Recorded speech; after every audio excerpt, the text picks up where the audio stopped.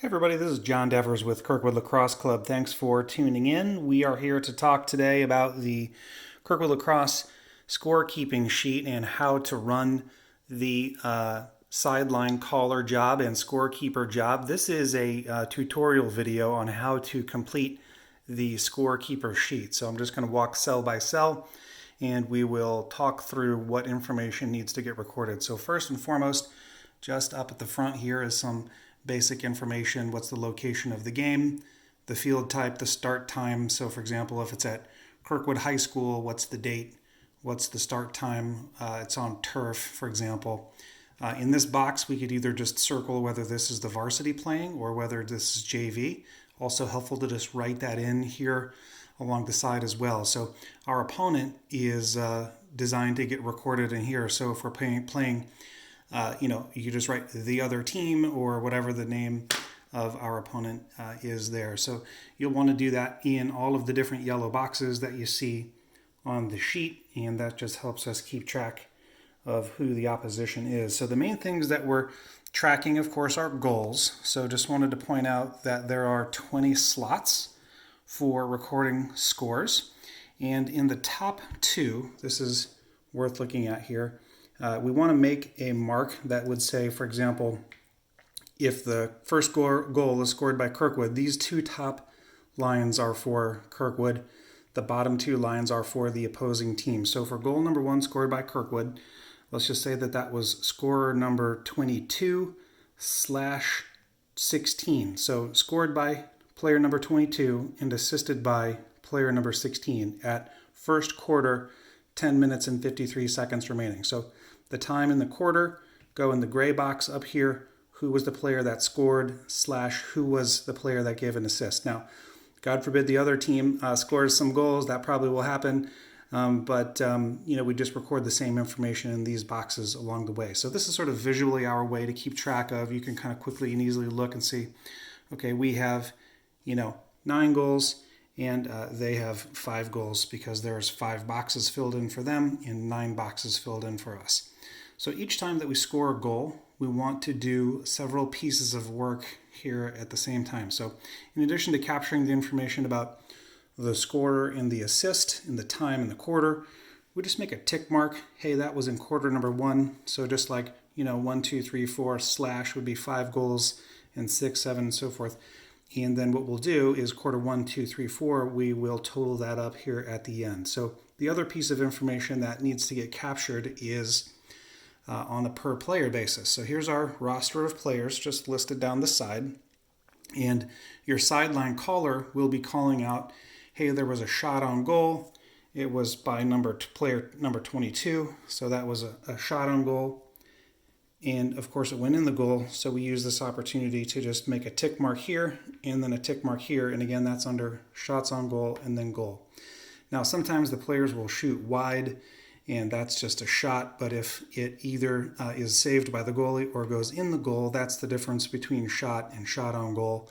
For each goal there was of course a shot on goal, and then there either was an assist or there wasn't. So your sideline caller will be actively in your ear the whole game, and we'll do things like ground ball 0. So you find player number 0, put a tick mark in the ground ball column, and so on and so forth. Shot numbers 15, so we just move down, find player number 15, make a tick mark there.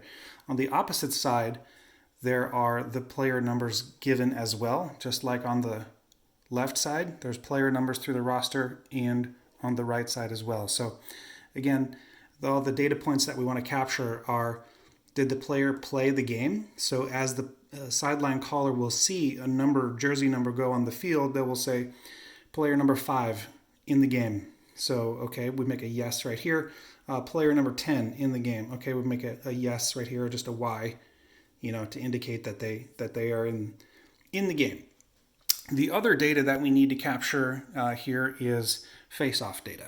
So these boxes are designed to capture that. You just simply write in our player's uniform number / the other team's player number for the face-off, and then we just circle who is the winner of the face-off. The winner of the face-off is just essentially which team comes up with possession at the end of that face-off. A couple of other things that we want to keep track of are timeouts. So Kirkwood, and then we just write in the name of the opponent. First quarter timeout taken at 9 minutes and 37 seconds, let's say. Second timeout taken in the second quarter at 3 minutes and 42 seconds, right? So you just kind of fill these in, and it's just a way to keep track of, hey, for example, the other team, you don't get five timeouts or whatever. So we don't really actually currently use the possessions table for much, although you could do that if you wanted to coincide that data with face-off information. That's a place to keep track of that.